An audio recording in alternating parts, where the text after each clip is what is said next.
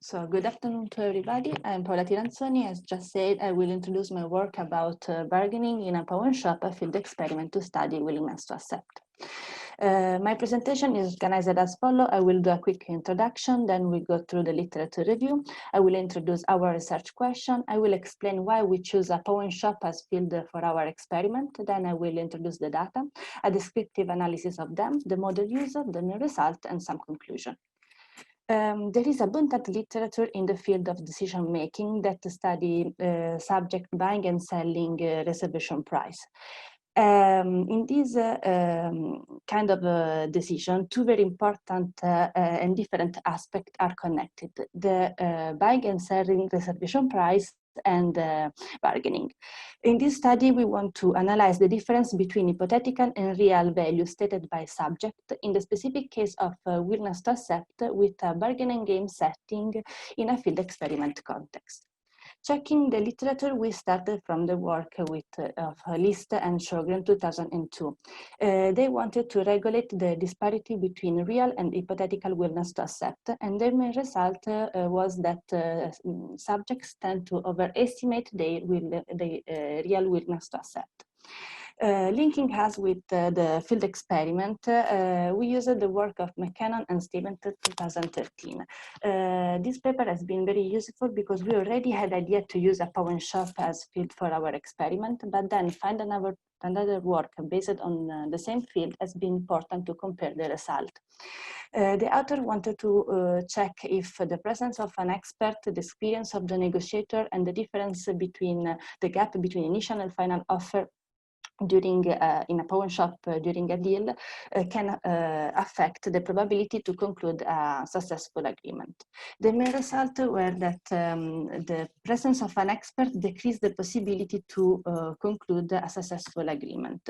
The experience of the negotiator, if a negotiator is inexperienced, he has more possibility to conclude a successful agreement. And in the end, the provenance of the item, if it is purchased or unpurchased, doesn't have an effect on the deal. In the end, to connect us with the bargaining game, we use the paper of Franco et al. 2013.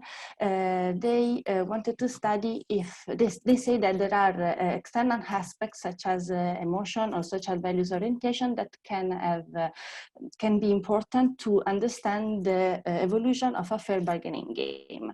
In fact, they say that the amount of effort can be a guide to process the information connected with the bargaining process. Connecting us again with the first paper, I want to underline that List and Sjogren studied the development of willingness to pay and willingness to accept in time from 1972 to 1998. They found that the literature was focused more on the willingness to pay. We wanted to check if there were some evolution in the literature, and as we can see from the slide, there are just two works about willingness to accept, and only one is in the field, is an experimental field experiment, sorry.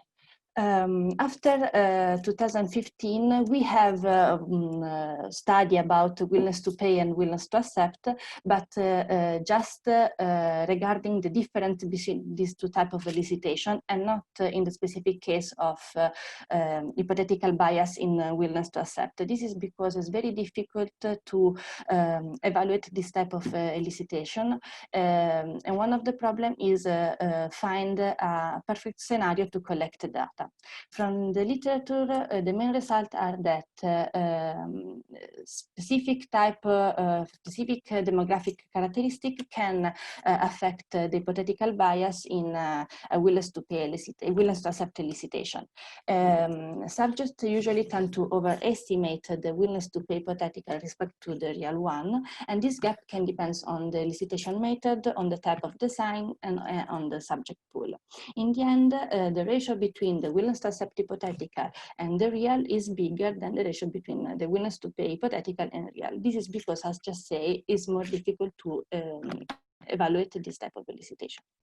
So now I can introduce our research question. We wanted to to study if in a field experiment there is this gap between hypothetical and real value in the specific case of willingness to accept, as the literature shows us for the willingness to pay. And then to go more in the detail, we want to study which are the factors that can affect this hypothetical bias and also can affect the positive outcome of the negotiation. So now I can explain why we choose a pawn shop as field for our experiment. First of all, because this is a natural setting in which we can observe different type of negotiation.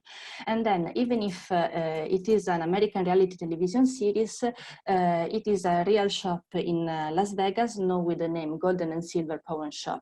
It is open 24 hours and has a lot of variety of product, more than 12,000.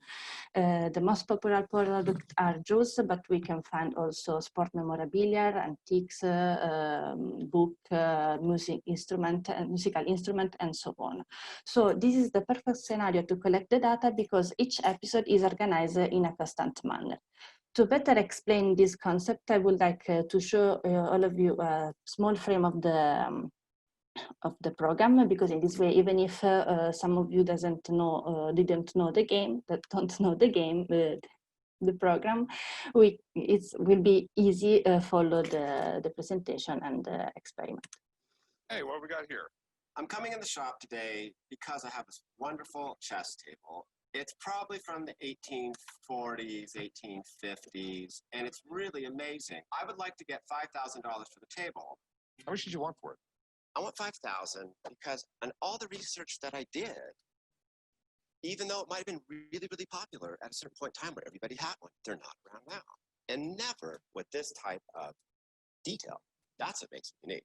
If I can identify a maker, we probably have something. It's not a whole lot of money unless you sort of have some origins on it. Let me call someone up. I just wanted to look at these Fiji mermaids because they're really weird looking. Hey, you bring donuts? Looking at this one, I think this was an individual piece. Even with all of the details in that, I can't tell you who made it.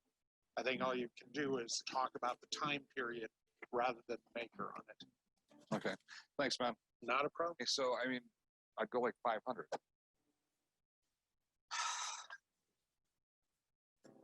I love this table, and for a certain price, I would do it, but I can't do it for 500.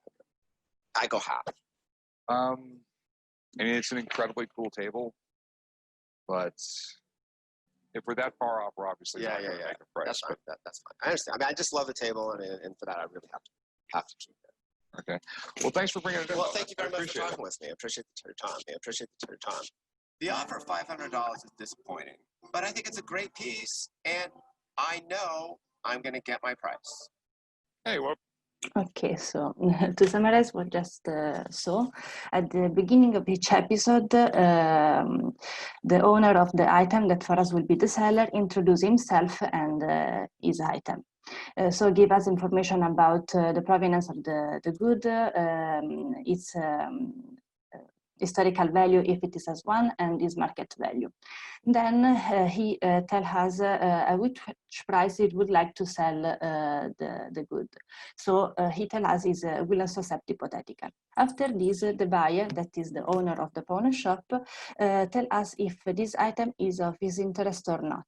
At this point, we have two possibilities. If the buyer has enough information about the item, the negotiation go on. Otherwise, a third party is involved in the negotiation. This is the expert. This figure can be maybe ambiguous, but is not the case, because it's important to underline that they are not partisan experts. This means that they give us just an external evaluation of the items. In fact, usually they are owner of a specific shop or store or art gallery, museum, or they are simple collectors. So the role of the expert is important because he gives information to the buyer about the market value of the item and its authenticity. For example, if it's a signature, tell us if the signature is real or not. So at this point, the bargaining can start. We can have one or more bids during the negotiation. In this case, we have just 2 bids, and also the presence of an ultimatum offer. This means that one of the parties says that this is the best price that it can offer. In our specific case, the negotiations failed because, as just we saw, the seller says that the price wasn't enough for him, and for him the table was too important. So now I can introduce the data. We collect 2015 negotiation from season 1 to season 15. Our dataset is organized in 12 different variables: the seller gender, the good source. We have 2 different types of good source: personal and purchased and unfound. The items that belong to the category personal are all of the items that comes from family gift, parents' heredity, so all of that goods that the seller didn't buy directly from himself, but that have a sentimental value bigger than the economical one, and for this reason can affect their behavior, and for this reason the willingness to accept hypothetical could be higher than the real market value of the item.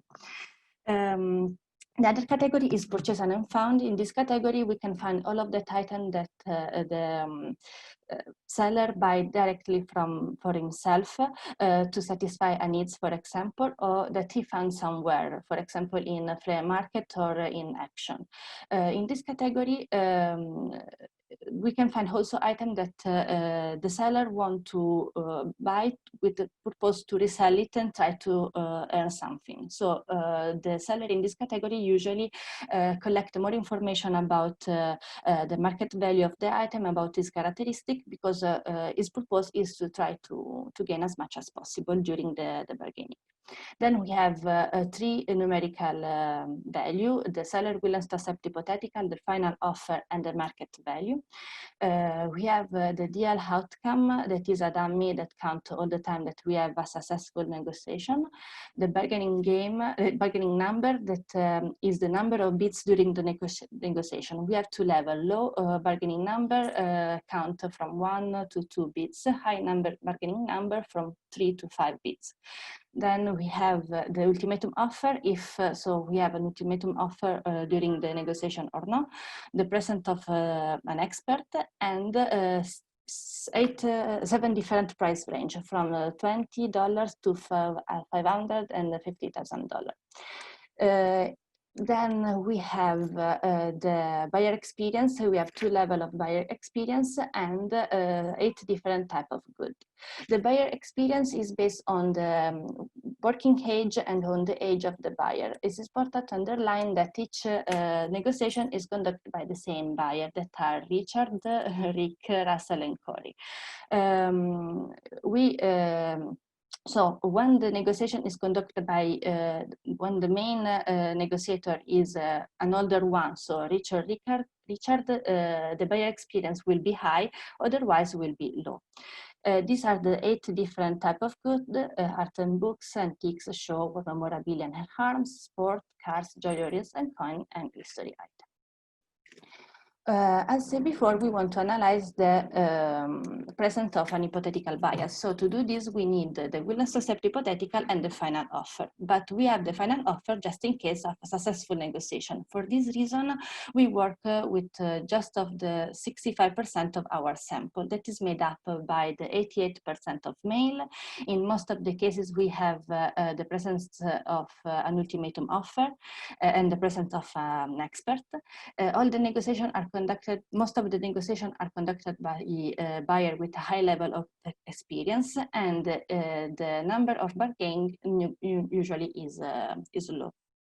About the items, we can say that the main good source is purchased and unfound, and the main typology is art, antiques, and war memorabilia.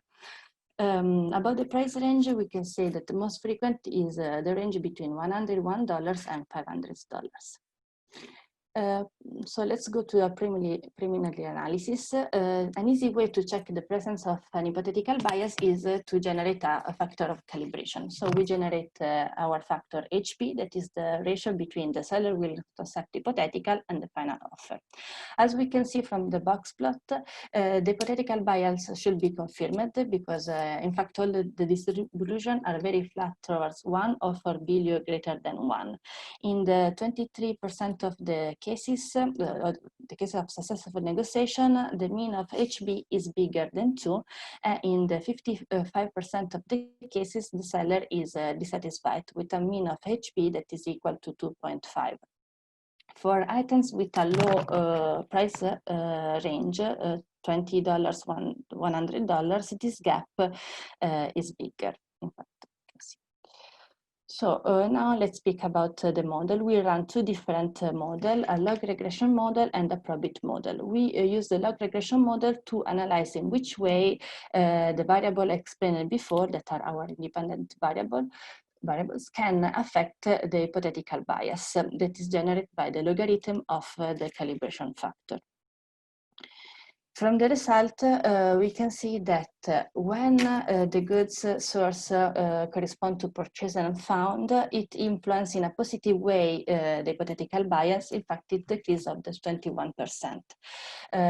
When the negotiation taking into account an item that belongs to the category, to the price range $5,000, $30,000, they have a positive influence on the difference between hypothetical willingness to accept and final offer. In fact, it decrease of the 31% respect to a low price range that imply an increasing of the 47%.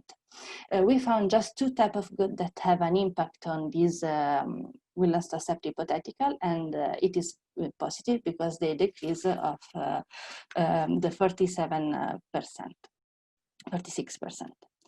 With the probit model, we wanted to check if how this independent variable that we said before can affect the outcome of the negotiation.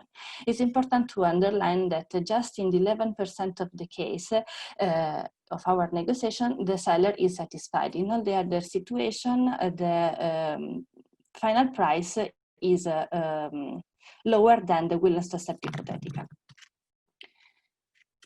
From the probit emerged that when in the negotiation we have a higher number of bargaining, it's more probably that we conclude a successful negotiation. If the negotiation regards goods such as art and books and car, we have higher probability to conclude a successful agreement, and in the same is the same for negotiation that have the presence of ultimatum offer. Paula, you have 7 minutes left total, including. Oh, okay, that's the conclusion.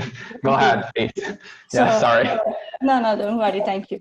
So in the end, we can say that exists an hypothetical bias between final offer and willingness to accept hypothetical, that it decreases when the negotiation regards, as just say, purchase and found goods with a medium-high price range, and when the items are very unusual or very of an important value. This is because usually when the item has an important value, both of the parties have collect more information about the item, so they know the market value of the price of the item, and this way is easier reach common price.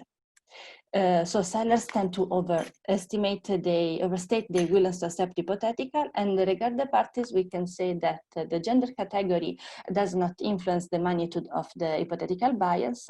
And for the experience, we can say that unlike what we can find in the literature, the buyer experience and expert consultancy doesn't have an influence on this gap. This could seem strange, because usually when we introduce a third party that give us more information about the item, should be easier reach a price that satisfy both of the party, but this is not the case. Okay. I think these are the reference, and thank you very much. If you have questions, I'm here.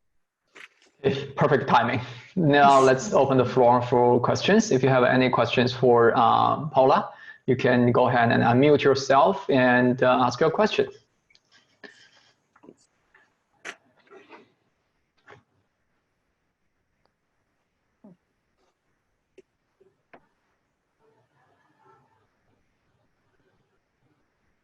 Oh, okay. Okay. I guess I can ask you something. I wasn't very clear that how did you elicit the hypothetical and the real willingness to accept? Can you just clarify how you did that elicitation? Because that's the important part. How I You're comparing the hypothetical with the real, right? See, Yeah, because during each episode, at the beginning of each episode, the person, the seller says is hypothetical willingness to accept, and then at the end of the negotiation, we have the final price. So I generated the factor of calibration, that is HP, that is the ratio between these two values, and I use the logarithm of this factor for our regression model, because in this way I normalize the distribution, because it was not clear. Yuval, you may want to close your microphone or use your speakers, or yeah. Don't know if I answered to your question. Don't know if I answered to the question. Was this the point? Yeah, so it's basically you just ask them to give a hypothetical value of the atom. Is that right?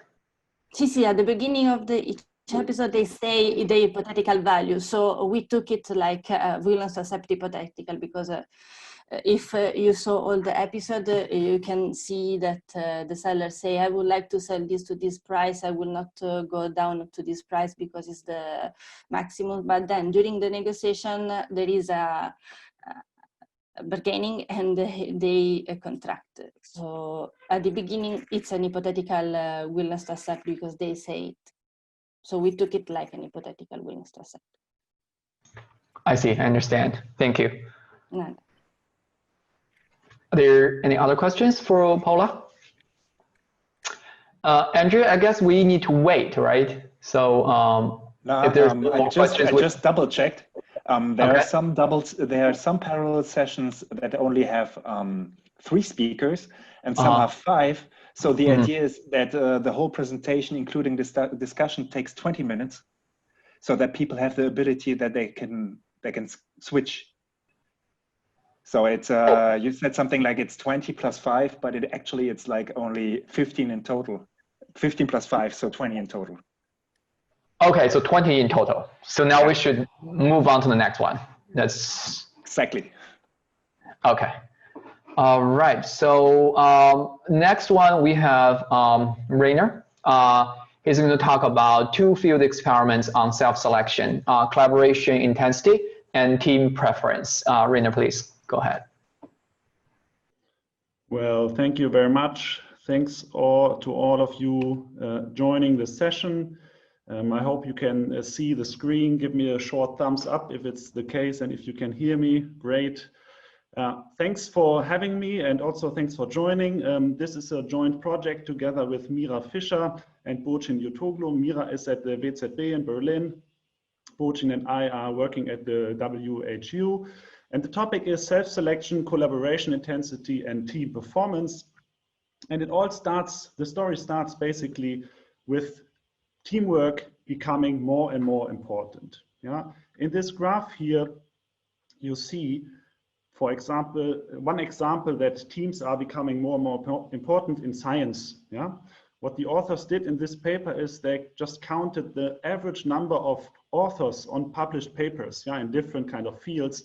And you see over time that the number is increasing. Also, in the bottom, you see that the citations of these papers also is increasing, meaning that teams tend to be more productive, at least in science. But not only in science, teams are persuasive, also in entrepreneurial ventures, medical practice, and all other domains of lives, people have to collaborate on the job and work. And this is also why economists focused in the last couple of years very much on the influence of team incentives and on team performance. For example, Guido Friebel and co-authors look at how bonuses influence sales in bakery stores. Delgado and others test the influence of tournament incentives on team sales in swim stores, and also Oriana Bandiera in a couple of papers compare rank and tournament incentives on team performance. In this particular paper given to fruit picking teams. However, what most of these studies do not focus on is actually how teams are formed. Yeah? And especially in the Bandiera paper, there's this interesting sentence: as in most organizations that use teams, in our study, team composition is endogenous. And the paper that we are studying and the experiments that we are studying are basically picking up on this issue. Yeah? First on the observations that teams in companies, for example, are not at all always endogenous, oftentimes randomly composed or composed based on needs and abilities. But we want to focus on this aspect in the experiment further on. So there are two related field experiments that study particularly the influence of two different team assignment mechanisms. One is where teams can self-select, so people can choose their team partners and their buddies that they want to work with. And they contrast this with treatments where people are randomly put together. Yeah? And in the first paper by Chen and Gong, they observed that student teams that self-selected perform better. Yeah? Particularly, they perform better in a presentation task, which was the main task in this study. Yeah? There's also a companion paper by Darlander and co-authors who also show that self-selected teams tend to work better when they have to implement an entrepreneurial solution to a given problem. Yeah? So the evidence tends to show that self-selection is superior to random assignment. Yeah? But the question that we are asking in this paper is this really the case? And effectively also asking, how does self-selection affect team performance? And the sub-question is, does this positive effect of self-selection hinge on the specificity of the task and of the task that the people have to work on?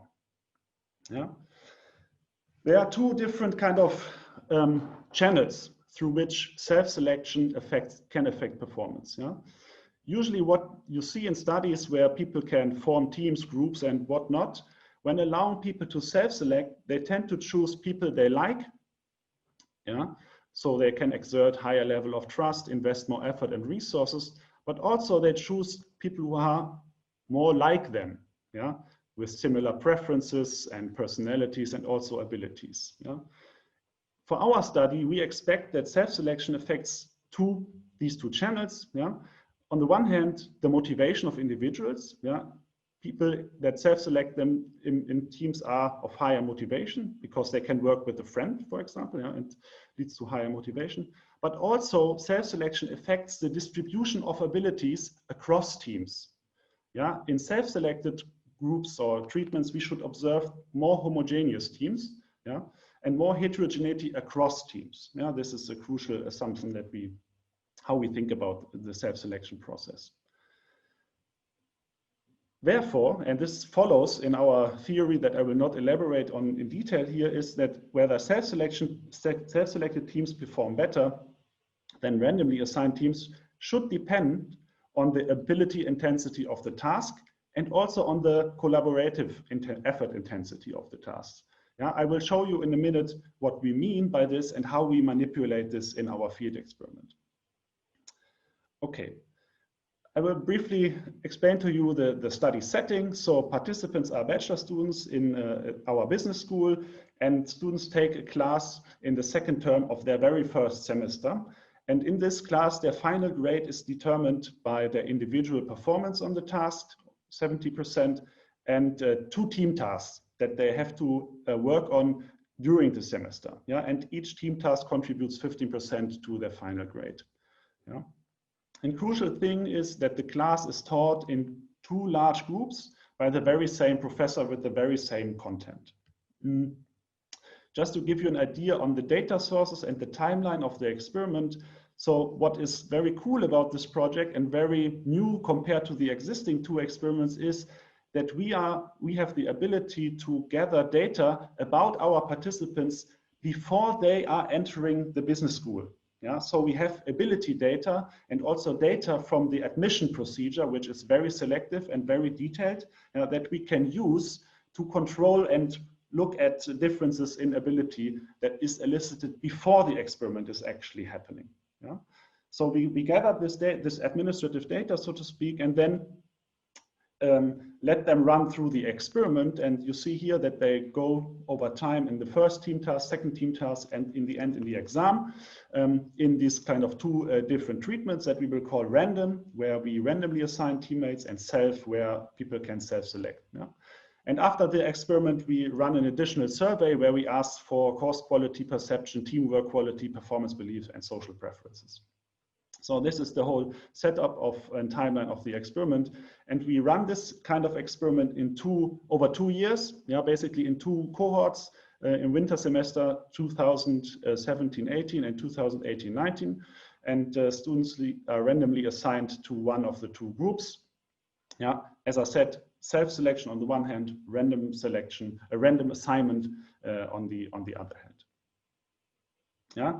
Now we are coming to the tasks they have to perform. Yeah, in the very first experiment, both team tasks consists of basically a microeconomics problem set where they have to deliver a written solution. Yeah, just as you know from your own studies potentially. Yeah, and in the second experiment, again, the very first team task is similar to identical actually to the very first experiment. Yeah, but the second team task is different, and here our idea of collaboration intensity comes into play. So the idea is, while we think about the written problem set as more like very ability intensive, because when you think about it, 2 people working on the same problem set, it basically depends on the best person, yeah, to find a solution to the calculation.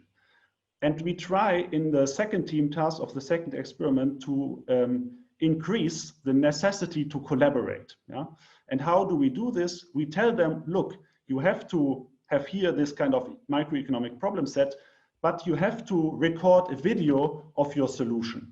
Yeah? And both people have to appear in the video. Yeah? So that at least they are somehow forced to work together. Yeah?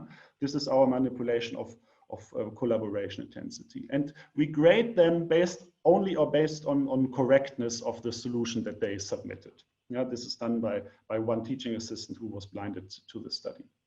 Yeah, in total we had 382 students. It's a rather low share of female students at the business school here. And in total we have 189 teams, yeah, that we can observe across the 2 experiments. Yeah. Okay, coming to the results, how does self-selection affect team performance? So in the first experiment, you see here on the y-axis the performance that's standardized for the very first team task. Recall, it was like submitting a written solution. And the diamond, basically, the triangle shows that the random groups perform significantly better than the self-selected groups in this very first team task. And the picture does not really change also in the second team task, where the group has to submit only a written solution. Yeah? Does it have an effect on exam performance? Do they learn differently in the different groups? It does not appear to be the case. So in the exam, both groups are really not distinguishable anymore. Okay, so now as we have established that it seems to be that in this kind of written task where ability plays a major role, collaboration does not play the major role, random teams perform better. Yeah. Now we ask the question, does the effect of self-selection on team performance hinge on the type of the task? Yeah. In the second experiment, again, we replicate the effect on the written task that random groups perform better. However, we cannot observe a significant difference in the collaboration task, yeah, in the video task, where they have to videotape their solution. Yeah, it seems to be that the tendency are that the self-selected groups perform somewhat better, but there's no statistically significant difference anymore. Yeah, again, also no effect on the exam performance afterwards. Okay, this is just to give you an overview. The idea is in the random groups, they perform better when they have to submit a written solution.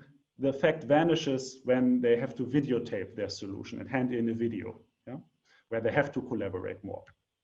Okay, question is why? Yeah? So what are the effects of self-selection on composition and behavior of teams? And for this, we will utilize the data that we elicited before the experiment was actually run. So what we see here is on the y-axis, the distance between the two team members for the ability measures. So one is the GPA, so the grade point average from their high school degree, which is a quite good predictor of study success, at least in Germany.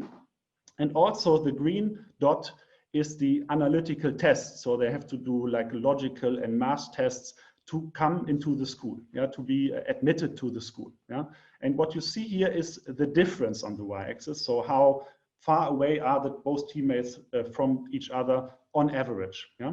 And what you see here is then the outcome of like a simulation that I run. So I matched every student with every student, and based on this kind of random matching, we should observe in the random treatment at least these differences in ability, and also these differences in gender, which is the blue dot. And it actually resembles what we have in our random treatment quite well. So we were lucky that the random assignment produced also random outcomes, so to speak. However, in the self-selected treatment, it looks different.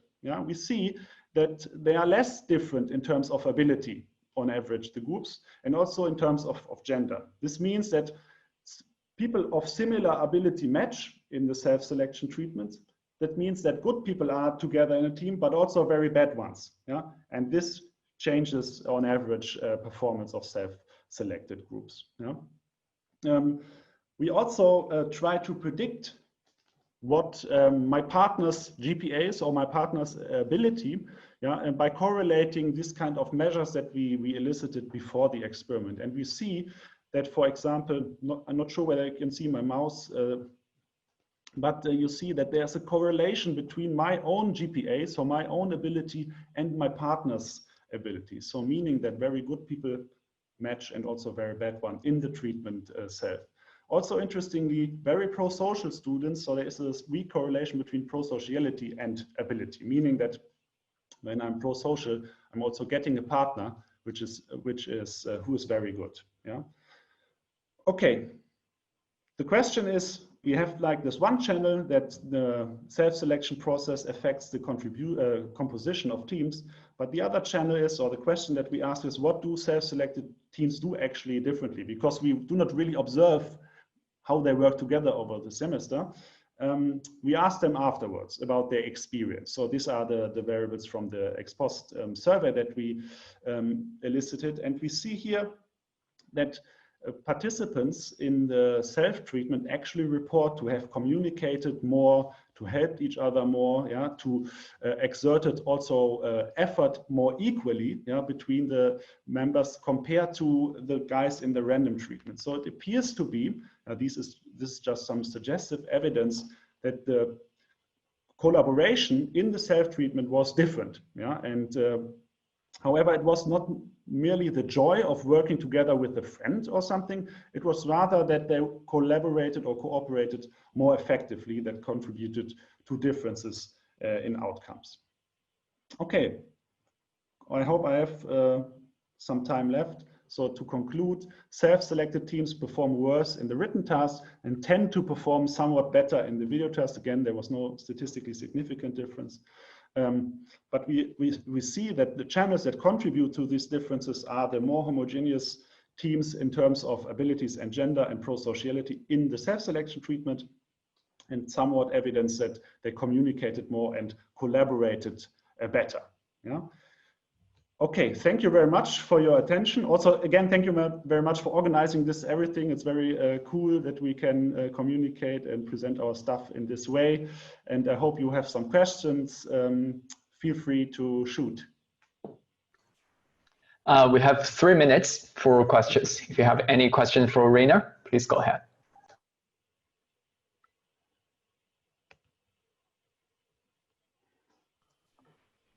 So, Rainer, can I ask you a question? Please go ahead. I was wondering, so you said now they communicated more and collaborated better, but still their performance was not better, right? Yeah, right. It's a perception. So did you split like between those groups who self-selected into teams of good performers and teams of bad performers? So did the teams where like the good performers joined one team, did they perform better? So is it an averaging effect in the end so that you have like these more extreme groups? So you mean if we have heterogeneity of the treatment effect? Is this what you're asking for? So we did this also in some regressions, but we cannot find differences actually when we split, for example, median GPA or something. So the effect remains the same. You know. But you're right, it's just the perception how they collaborate. Obviously they don't. Yeah. Alexandros, there was a question.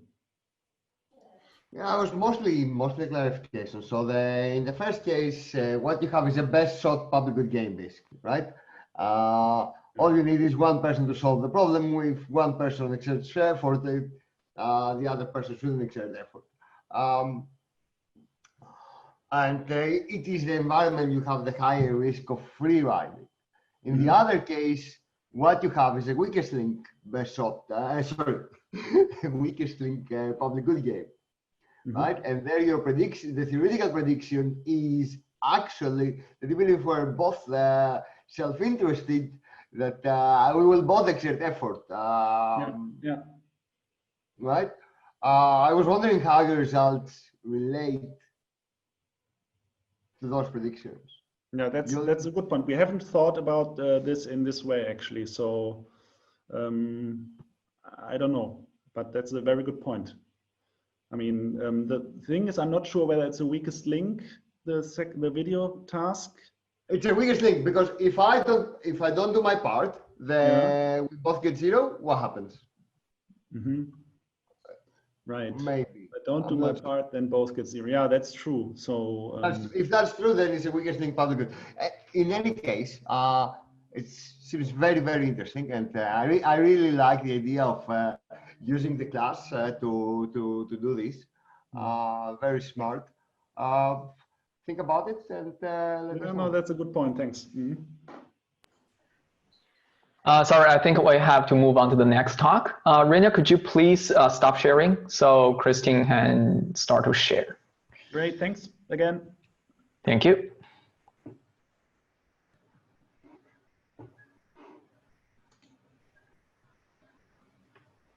All right, so next we have Christine. She's going to talk about norms of cooperation in a company. Please take over. Christine, I think you're still muted. Yeah. Okay. Okay, thank you very much. The project I'm presenting is a large project within a company. And it's joint work with Martin Kocher from Vienna and Marvin Diversi, who just moved from Munich to Cologne. And it's part of a larger project with even more people involved. But what I'm presenting today is one part of this large project, which deals basically with cooperation within a company. And well, cooperation is an important issue everywhere, but we have already, I mean, thousands of studies on prisoner's dilemma, public good games. So there is a lot of work on collaboration and cooperation, and we know a lot about determinants, institutional arrangements, etc. So why do we need another study, essentially? Well, why do we need another study? I think because there are two important research questions that have not been properly answered yet, and that we try to address with this study. One is a more like methodological question, whether our experimental standard elicitation procedures of cooperative attitudes actually predict real cooperation behavior in a natural environment, so a company setting as we have it in our experiment. And the second question, that is more a content question, is what are actually the consequences of being cooperative within a company? So we're trying to figure out both of these things and also look a little bit at implications from these answers for the firm, essentially. So what are the implications for a company that wants to foster cooperation among employees? So what do we mean by consequences of cooperation? Well, in our firm, we have a couple of different outcome variables that we study and that we can look at as consequences of cooperation for the employee. That is career variables, personal outcomes, and appreciation outcomes. And I will talk about each of that when we look at the results a bit more. But just to give you an idea, so in the firm we study, they have specific appreciation awards, but they of course have also financial awards and compensation increases. On the career level for the individual, we think about issues such as promotions. And on the personal level, we look at variables as perceived stress, norm perception, etc., but we will not talk about that today. On the work team outcome, we could think of variables like satisfaction with the team, engagement, team cohesion, etc. But this will also not be part of this talk, but it's part of the whole project. And if you're interested, I can provide you with 2 working papers we already have on that project. So for now, I focus on financial and non-financial rewards for this paper. Now, I've been saying, well, this is a large project. This is a project within a firm. What actually is it? Well, we have a lab in the field or artifactual field online experiment with a bit more than 900 employees from a large international software company. And the most interesting part of this study is that we do not only have our self-created online survey with questions and experiments, but we also have company variables that capture outcome aspects for the individual and for the team, and structural aspects from the company, all be matched on the individual and on the team level for our participants in the experiment. So we have this online experiment, we have the survey, we have company data, and this can all be matched on the individual and team level. In our experiment, we basically do a public good game with colleagues within the company with real monetary incentives, anonymized, just as we usually do it in experiments. And we also measure beliefs, we measure conditional contribution, and we measure real contribution in this experiment. In the survey, we measure a lot of other stuff like stress perception, team cohesion, personality, economic preferences, etc. But as I'm not going to talk about this today, I have it here just for completeness, but I'm not going to dig deeper into that. From the company side, we have information about the structure, so the career levels, leadership position, the team production function. We also look at corporate culture, and we can see, have information on bonus plans, compensation increases, financial awards, etc. And the firm also has every year their own employee survey, and we have the data on that as well. So our public good game. Well, it's a very standard public good game. Our participants decide how many private tokens they put in a joint account. The tokens are multiplied by one of the standard factors used in public good experiments, and then evenly divided among the 3 employees that are matched in a group. We ask about unconditional contribution, so what do you want to contribute? But we also ask about conditional contribution, so we ask them essentially, what is your contribution if the other group members give 0, 1, 2, up to 10? And we ask them about their beliefs. So this is what they see, a very standard setup where they can just show how much they want to put into the joint account. For the unconditional contribution, and for the conditional contribution, they see basically this kind of figure. They see their own contribution, and then can make it conditional on what others do, and can thus decide in an incentive compatible way what they would contribute if others do together 10, 8, 6, whatever. So much about the experiment and the general setup. A few words about how this whole project worked, because that might be of interest for those of you who haven't run experiments in firms. It's often a lot of coordination actually to get an experiment in a firm going. So at least in Germany, what you need is to have the work council involved and agree on the project. And we were lucky that this was a project that was initiated together with the work council. Then it's much easier to get their approval, of course. But then we needed to get buy-in from the HR department. And this together was our steering committee, essentially. So members from the HR department, members from the work council, and the researchers, essentially. What we did then after we got approval, after about more than a year, I think, we sent an email to the employees, and that email was being sent from the steering committee, and people then got a unique login and a 2-week deadline to perform the task. They were allowed to go to the online experiment during regular work hours. The experiment took about 30 minutes. They could interrupt. And then we had a very, very complicated procedure that made sure that this is all anonymous. Individual identification is absolutely impossible, but they could still be paid to their individual bank accounts. We had, within that complicated pseudonymization procedure, we could match company data to our experimental data, but not to any names or bank accounts or emails or whatever.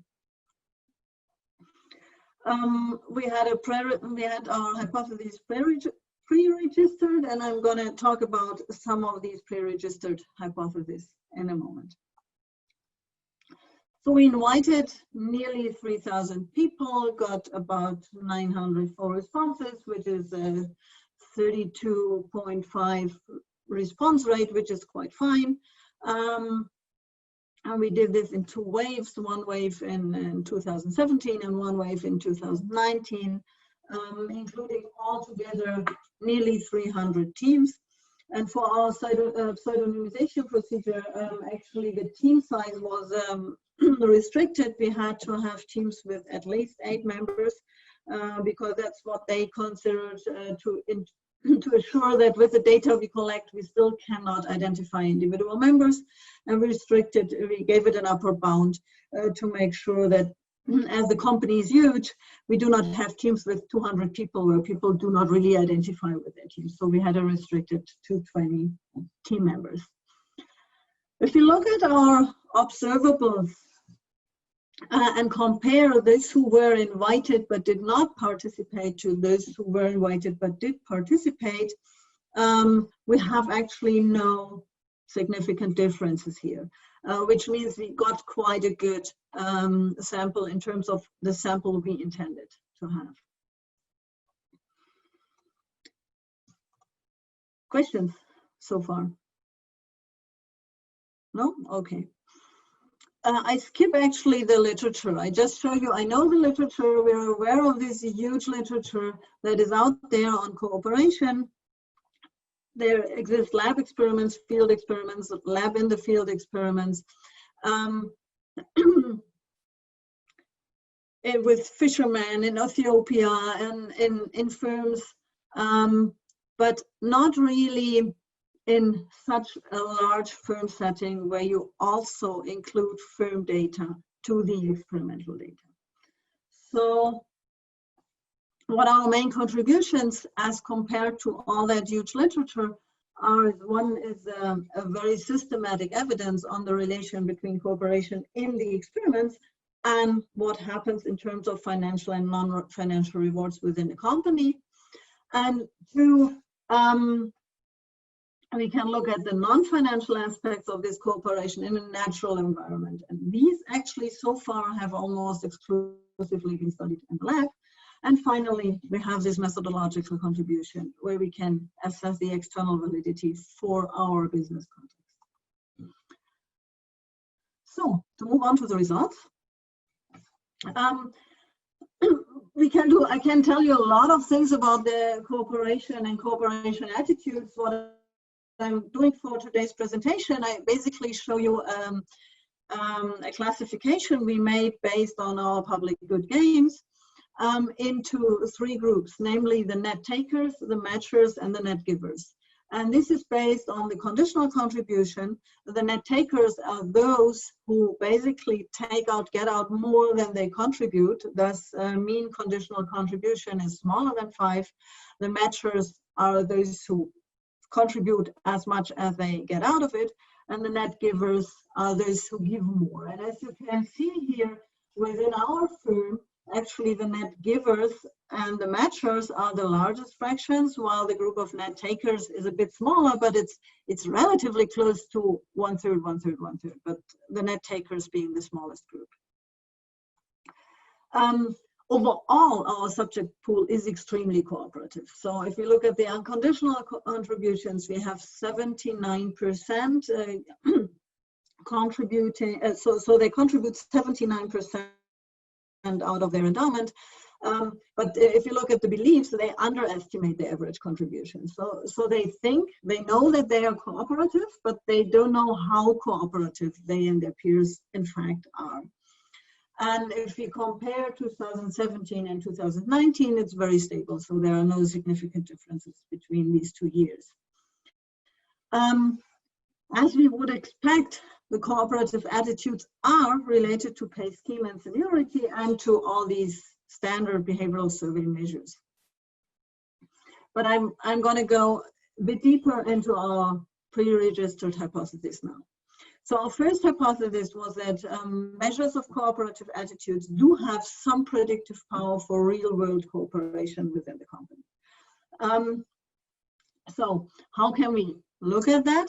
Well, one thing is the recognition awards that in this firm can be given to team members. And you see an example here from the co-authors, basically. So Martin sending a recognition award to Marvin, thanking him for truly being cooperative. So this looks now very much like, well, this is cheap talk, this is just sending something, but actually it's more than just this this little thing here. The award can be conferred through the internet, but it must be justified by a minimum of 150 words, and these words are actually shown to the receiving employee, and it's also shown to the manager. So it's not that easy. So you would not just do it like ping-ponging it between colleagues, because the manager sees it and you must make the effort to justify it in a reasonable way. But there are no monetary consequences related to it, in no direction. Well, Christy, you have about 4 to 5 minutes. Yeah. Thanks. So what do we see if we compare our 3 groups? Well, actually, the net givers receive more of these awards, and they also send more of these awards. So actually, this is what we would expect if there is any relationship between our experimental data on cooperativeness and real firm data. So those that we classified based on the experiment to be most cooperative also are seen by their colleagues in the real world thing as being most cooperative. If we run regressions on that, including a whole lot of controls, both individual and company controls, we see that this still holds. And there is a significant effect on being a net giver, for both receiving and sending these rewards. Well, now look at in some sense, more important variables, namely individual success within the company, pay scheme, production function. So these are the compensation increases in 2 years, that is merit increase and promotion decision by the manager. And here you see something that actually people in the firm did not like so much, because here you see that the increase in wage is higher for net takers than for net givers. So being cooperative does not really pay off in terms of promotion or salary. However, if we split by the pay scheme people are in, we see that this only holds actually for individual performance pay and not for those who are in a company performance pay scheme. And how is this self-selection? Well, it's partially self-selection because the two pay schemes are related to specific types of jobs. And most people in the firm are actually in the company performance pay. And these are salespeople, etc. And there it really doesn't pay off to be cooperative. So this also holds in the regression. Yes, this also holds in a regression. So if we move on to financial awards that are conferred by the manager, we see the same picture. No difference in the company performance pay, and in the individual performance pay, again, the net takers get more of these financial awards. Again, regression shows the same picture. If you look at the production function, we have in this firm a difference between traditional business models and cloud business models, and the managers of the company told us that the cloud business model entails more teamwork. So we would expect those who are in the cloud model to be the more cooperative types if everything is matched correctly. And also, if we look at the survey, those who are in the cloud model agree more strongly with this question: the task of my team require a high degree of cooperation. So we should see here the more cooperative types. Unfortunately, this is not the case in the cloud production function. Well, in the cloud production function, it does not pay off. It pays off less than in any other production function to be cooperative. So in the cloud production function, here you have the wage increase in the cloud production functions. Those who are net takers are rewarded, essentially, meaning that it would be an incentive for net takers to be there and not for the more cooperative types to be there. And again, this holds in the regression. Okay, I hope I have 20 seconds for a summary. We observe high levels of cooperation within our software firm. However, this does not pay off in terms of the financial rewards within the company.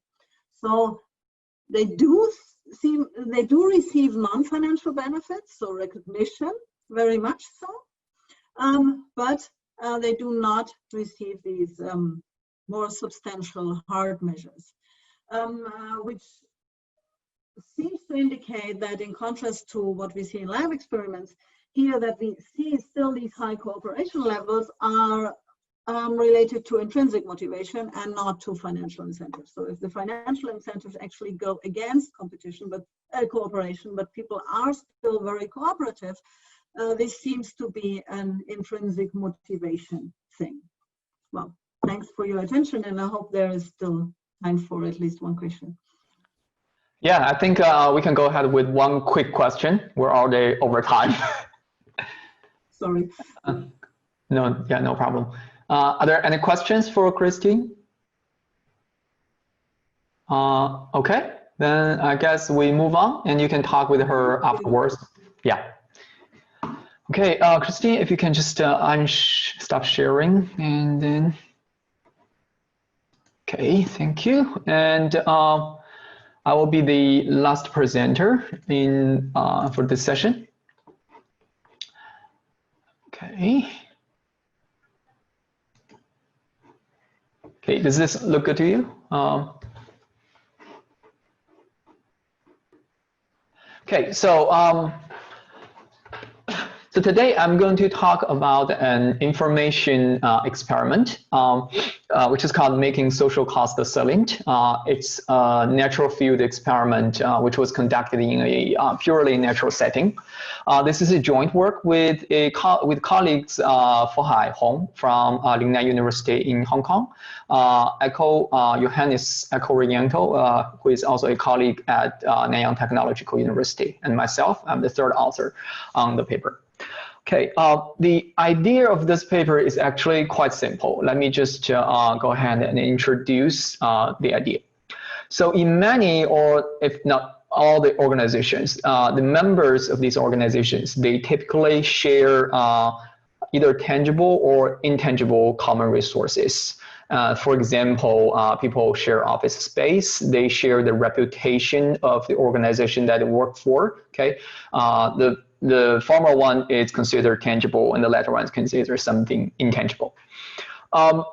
And for most of these common resources, their social costs are actually higher than the private cost, and that can potentially lead to overconsumption issues with these common resources. So the question we're trying to ask in this study is, does it help to save social cost by making them more salient?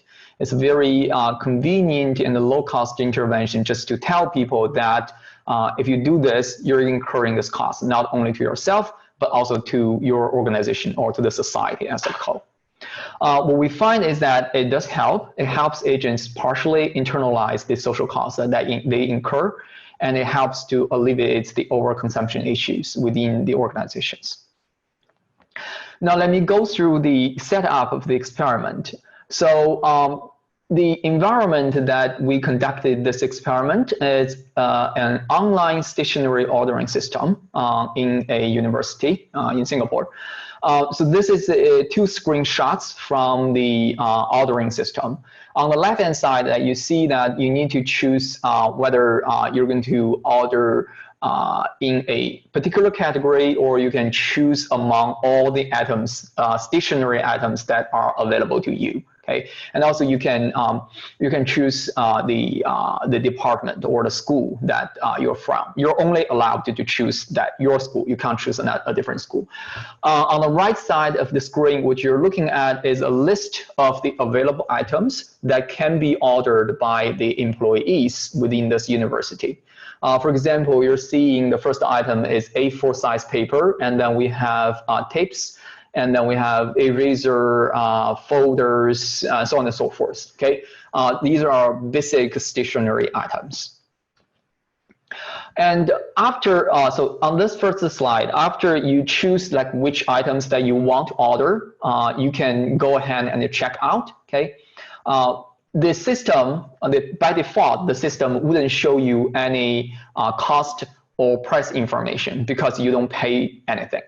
Everything is covered by the school. Okay, and after you click checkout, you see on the top of this page over here, that's your shopping cart. Okay, that's your shopping cart. You can decide how many of each item that you would like to order. In this particular example, I say I want 2 sets of the A4 size paper. I want 1 tape, and I want 3 ball pens from the list. Okay, and I can click update my shopping bag and then proceed to checkout. And the last screenshot at the bottom of this page over here, it shows my my history. Okay, my ordering history. One interesting thing in the system is that although when I check out with my shopping cart, or when I shop with the items, I don't see their cost or price information. But if I ever go back into the system to check my ordering history, okay, you can see that the total cost or the unit price is actually listed in the ordering history. Okay, so that's the basic setup of the experiment. It's very simple. Some more backgrounds. The stationary goods, they're free of charge to the employees since they are supposed to be used for worker purposes only. There is an approval process for their orders. Say if I check out, I order certain things from my shopping cart, I say check out. Okay, that essentially sends that order to the school's admin people for their approval. But more than 99.99% of the times that orders are approved. The admin people are, I think they're supposed to check any mistakes that you make. For example, if you say, I want 100 stapler, and then they probably get back to you, say, oh, why do you need so many stapler? Otherwise, if you're ordering these items within a reasonable quantity, they will always approve your order. Okay. And this leads to, again, the potential overuse issue, because as an employee of the university, I'm not paying anything for using these items.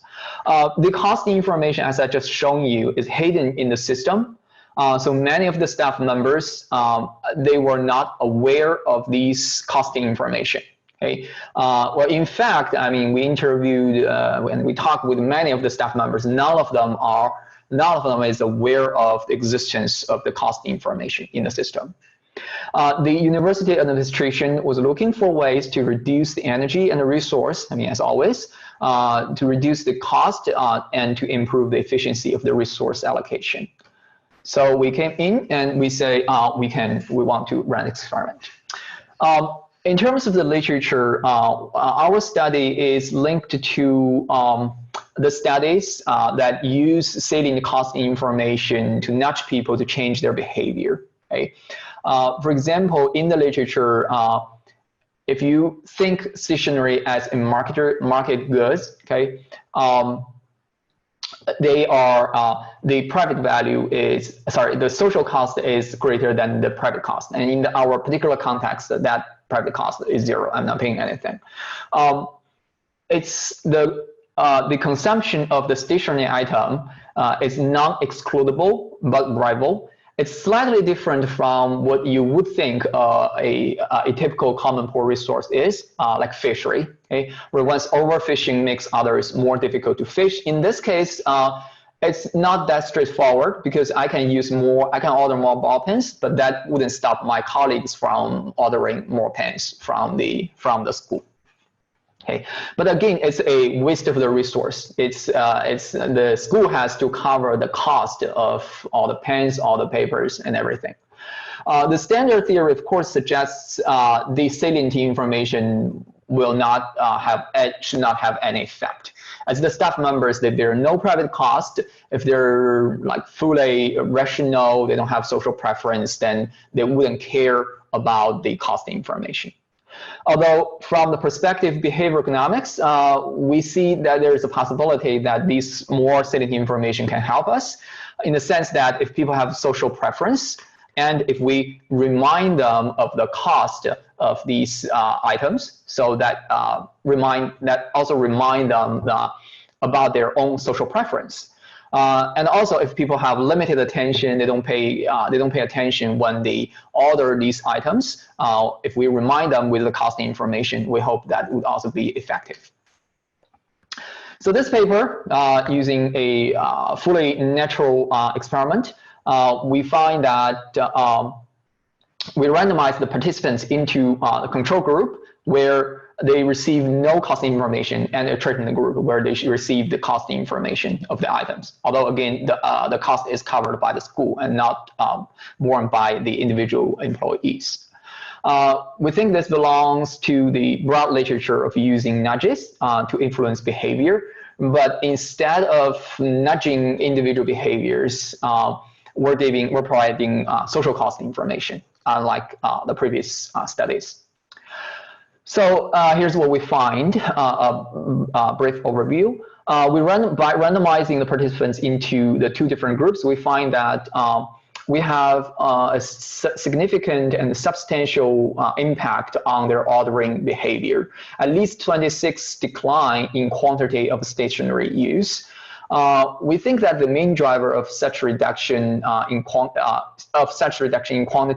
is less likely to order an item, okay, which is on the extensive margin. Okay. So previously, before we give them the information, they were more likely to, for example, they order a pen, but after they receive the information, they just skip that item. They no longer order that item. But it's not so much from the intensive margin, meaning that if you ordered 5 pens before, now you're still ordering 5 pens. You do not reduce the quantity conditional on your ordering that item.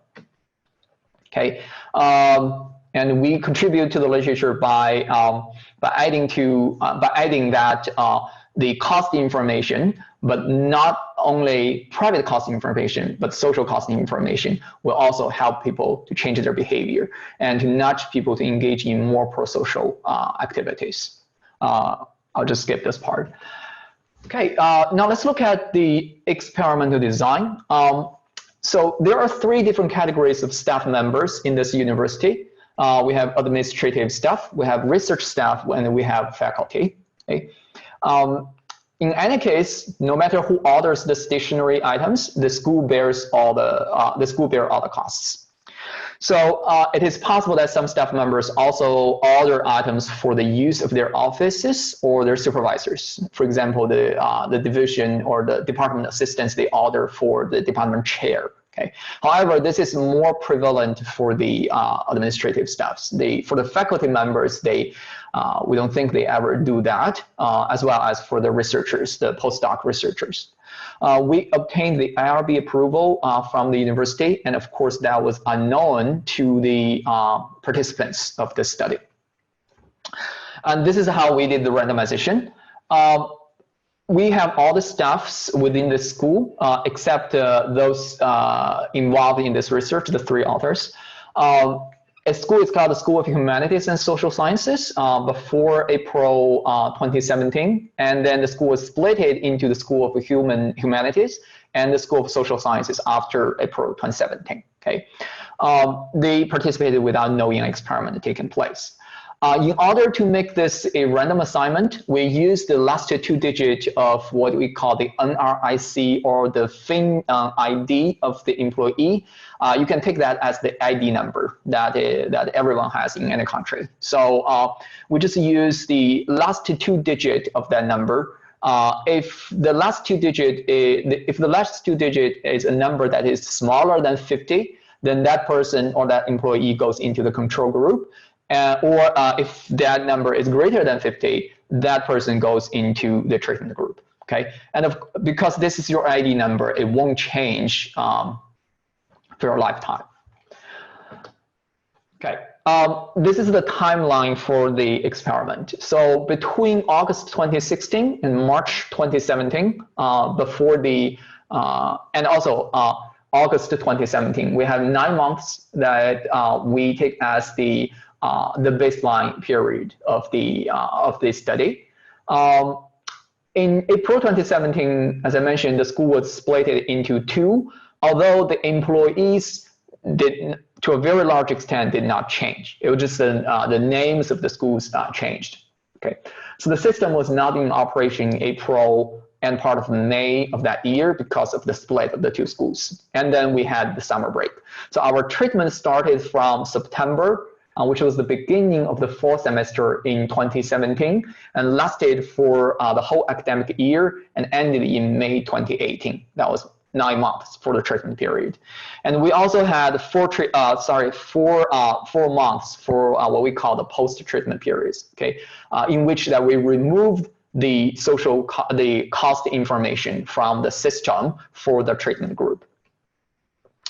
And to identify the treatment effect, we used a difference in difference specification. Okay. Sorry, I have a question. I see a question. Maybe I missed it, but what do you tell people in the treatment? We didn't tell them anything. Okay. It's just the case that once the treatment starts, the next time that they log into the system and they shop for stationery items, in addition to all the information that they saw before, they started to see the cost information. Yeah, it's just that additional column in there. Okay, and this is our identification of the treatment effect. We use the DID approach. It's a typical DID approach, so I won't get into details with this. So we controlled for the item fixed effects, we controlled for staff fixed effects, school fixed effects, and the time fixed effects, including year by month and the day of the week fixed effects. Right. And here's just a summary of the items and the cost information. In the system, we have 305 items available for ordering to the employees. These are pretty cheap items. On average, the mean cost is 1.3 Singapore dollars. That's about $1 US. Okay, that's the mean cost of the items. At the top of the page, that you see a breakdown of all the subjects that we have. We have so the largest group is the faculty member group. Okay, are there any questions before I talk about the results? Okay, I think I'll just take this time. So using the regression analysis that I just covered, the diff in diff, here's what we find. Okay, we use the negative binomial regression. Okay, because we have a lot of zeros. Okay, if we look at the unconditional orders, meaning that if we consider all the items that are available to our subjects in the menu, okay, and we show the results on the left of the table. So basically, we find that giving people cost information reduces the quantity of their orders. Okay. However, if we conditional on the items that people are already ordering, okay, we do not find a significant reduction in terms of the quantity ordered. So again, the left-hand side over here, that's the extensive margin. The right-hand side over here is the intensive margin. So on extensive margin, we have a significant effect, but not on the intensive margin. And we have, using different specifications, we always get the very consistent and robust result. We further confirmed this result using a logit regression. So this logit regression is run on whether people is ordering an item. Okay. So basically, the result shows that if we give people information, it is less likely for them to order an item. Okay. However, once we remove that cost information, that effect also goes away. So at the atom level, okay, we find that the treatment significantly reduced the quantity by at least 26%. Okay, it's on the extensive margin, not so much on the intensive margin. And then we can aggregate the data to what we call the order level analysis. So we want to look at how much that the school is paying for each order. Okay, this is the result. If we look at the quantities at the order level, now for this analysis, we don't have the unconditional one because, I mean, we're just counting the quantity of items within an order. Now we see that if we give people, again, that cost information that reduces the quantity of order, that also reduces the variety, which is the how many kinds or how many different items that you order in that you include within an order. So that reduces the variety, which is consistent with the extensive, which is consistent with the effect on the extensive margin. People are now less likely to order an item. That also helps the school to save cost at the order level. Okay, consistently, after we remove that information, that effect goes away. Okay, so here's just a summary of the effect at order level. And lastly, we look at the effect at staff month level, because this is what the school cares most. Does this help us to save money? Okay, so again, this is conditional on a staff member actually log into the system and order something within that month. Okay, and we see that it does help us to reduce quantity, variety, and total cost. Not so much by unconditional. If we consider all the staff members who are working in the school, okay, but they may not log into the system and order within a certain month. If we do take that into consideration, we don't have a significant effect on the total cost of saving. Okay, and there are two possible channels that we conjecture. So one is information update, because people previously they didn't have any idea of these the cost information on these items. Now we are updating them on that information. Or it's more what we conjecture more likely is the queue-driven effects. Okay, we argue and we think that subjects they were likely to have some ideas about the social cost, because these are regular items. They are sold in the supermarkets. Okay, they're not some unique items, and this information is also available in the ordering history. Okay. the prices are probably wholesale prices, okay, which is actually lower than what the prices people find in supermarkets. Okay? If it is due to information update, we give people the cost information, then we should expect that effect carries over to the post-treatment effect. But as long as we remove that information, the effect immediately goes away.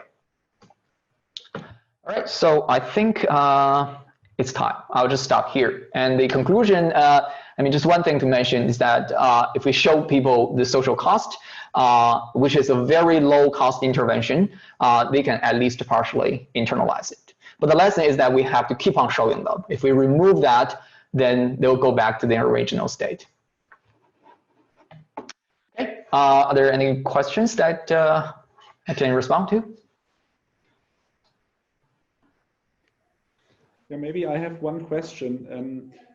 Could you also show whether they choose like different products, that are more that potentially create lower social costs in a sense? Yeah. We do have another section of the heterogeneity analysis, but I didn't have time, so I didn't include it over here. But what we find is that for the low-cost items, people are more likely to be affected by the cost information. It's not the high-cost items. Yeah. All right. Are there any other questions? Okay, I think we're already over time. If you have any questions or if you want to talk to one of the speakers, please feel free to. And if not, wish you enjoy the rest of the conference. Andres, should we stay in this room or should we close this room? Once we finish, I will close the room, and after a while, I think the other guys will edit it and put it on YouTube. I see. Is it okay if we just stay here for another 10 minutes in case that people have any questions or comments? Yeah, sure. Okay. So I'll stay for 5 minutes, I guess. Do you actually look at the products that are behind those IDs? You mean who ordered what items? Yeah, have you got an idea whether people, I mean, not only the cost of an item, but maybe it's that there are some items which are better to use at home and it affects kind of that kind of product? Yeah, we were thinking in the same direction. We need to do a little bit like text analysis on those because the name of the items, that we need to have a general idea. But I think what's interesting is that you actually find that people overuse the cheap items. And they don't do that so much for the more expensive ones. And if we give that information to people that, I think the thinking process is more like, I mean, this won't cost me like a fortune. If you're telling me this, I'll just stop doing that. That's my conjecture, yeah. We will definitely look into the different types of items.